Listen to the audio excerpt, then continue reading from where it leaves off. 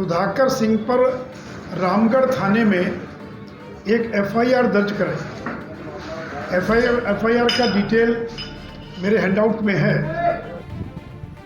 आश्चर्यजनक है यह आरोप 2013 से और विवाद का विषय 2022 से बनाया जा रहा है। बिहार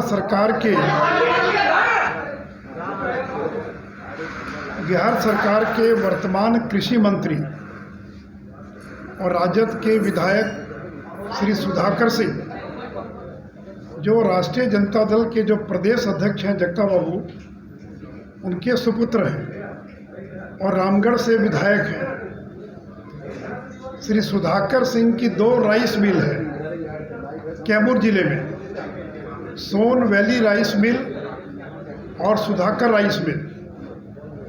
2013 में जब नीतीश जी बिहार के मुख्यमंत्री थे और आज भी मुख्यमंत्री हैं, तो राज्य खाद्य निगम कैमूर ने सुधाकर सिंह पर रामगढ़ थाने में एक एफआईआर दर्ज कराई। एफआईआर का डिटेल मेरे हैंडआउट में है।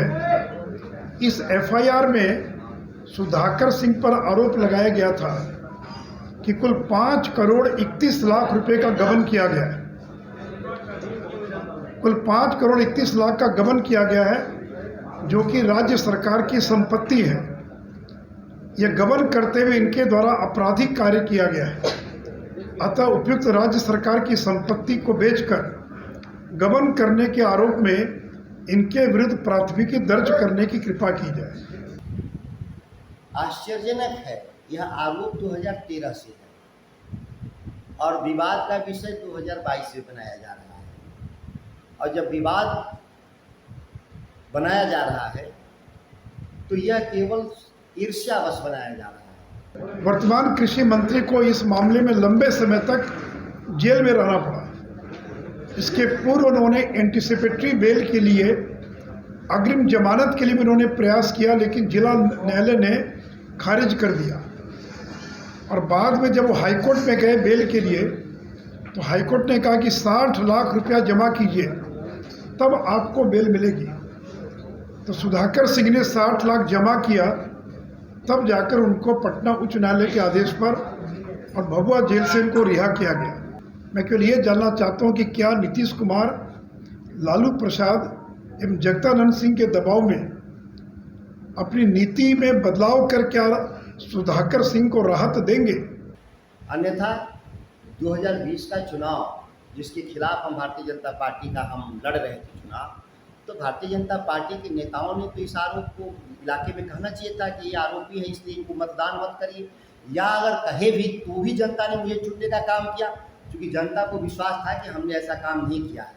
हम जो इस राज्य के भीतर जो रोजगार के मैंने अवसर पैदा किया था, जो मेरे अभियान से भारतीय इतिहास में किसी एक राज्य के भीतर इतने बड़े अवसर किसी ने नहीं पैदा किया, यह बात इलाके के लोग जान गए थे। इसीलिए विपरीत परिस्थिति। अब नीतीश जी को ये जवाब देना है कि जिस मंत्री पर राज्य सरकार का 12 करोड़ का बकाया है, क्या उसे मंत्री बनाना या मंत्री बनाए रखना उचित होगा? तो मित्रों, ये मेरे सवाल हैं बिहार के मुख्यमंत्री से, और सवाल है सुधाकर सिंह जो जगता बाबू के बेटे हैं। राष्ट्रीय अध्यक्ष ने अपने दोनों बेटों को मंत्री बनवा लिया और प्रदेश अध्यक्ष ने अपने तीसरे बेटे को मंत्री बनवा लिया। मुझे जिताने का काम किया था, अन्यथा जो परिस्थिति थी उसमें हमको चुनाव नहीं जीतना चाहिए था। मेरे प्रतिस्पर्धी और मेरे समर्थक भी कहते थे कि 20-25 हज़ार से ज़्यादा वोट नहीं मिलेगा, लेकिन हमने कहा था हम चुनाव जीत रहे हैं, चुनाव जीतेंगे, क्योंकि हम उन लोगों के लिए काम किए थे जो सड़कों पे आके नहीं कहते कि हम वोट किसको देंगे, लेकिन उनके दिल में था कि मेरा नेता चुनाव लड़ रहा है, इसको चुनाव जिताना है, चाहे हारे चाहे जीते, मतदान इसी को करेंगे, हम दूसरे को नहीं करेंगे। और इसी विश्वास पर हम चुनाव लड़े और चुनाव जीते भी। चुनाव जीतने के बाद भी मेरे साथ क्या हुआ पूरा बिहार जानता है। तत्कालीन कलेक्टर हमारे सर्टिफिकेट को छीनने के लिए तक प्रयास किया। मैंने कहा भी था कि इलेक्शन कमीशन जांच करे कि उस समय के जो कलेक्टर थे उनके मोबाइल पर किन किन लोगों ने टेलीफोन किया था, और कॉल डिटेल के जरिए समझ में आ जाएगा कि मेरे सर्टिफिकेट छीनने के प्रयास हुए थे कि नहीं। यानी राज्य खाद्य निगम का जो जिला खाद्य निगम था कैमूर का, उसने रामगढ़ थाने को एक पत्र भेजा जिसकी कॉपी भी आपको दी गई है, कि इन कारणों से इनके ऊपर एफआईआर दर्ज किया जाए। इस प्राथमिकी के आलोक में जिला सर्टिफिकेट अधिकारी द्वारा चावल के पैसे की वसूली के लिए सर्टिफिकेट केस दर्ज किया गया। मित्रों, इस मामले को सुधाकर सिंह ने पटना हाईकोर्ट में चैलेंज किया और अपनी एफआईआर को रद्द करने के लिए याचिका दाखिल की, जिसको पटना हाईकोर्ट ने 2014 में खारिज कर दिया।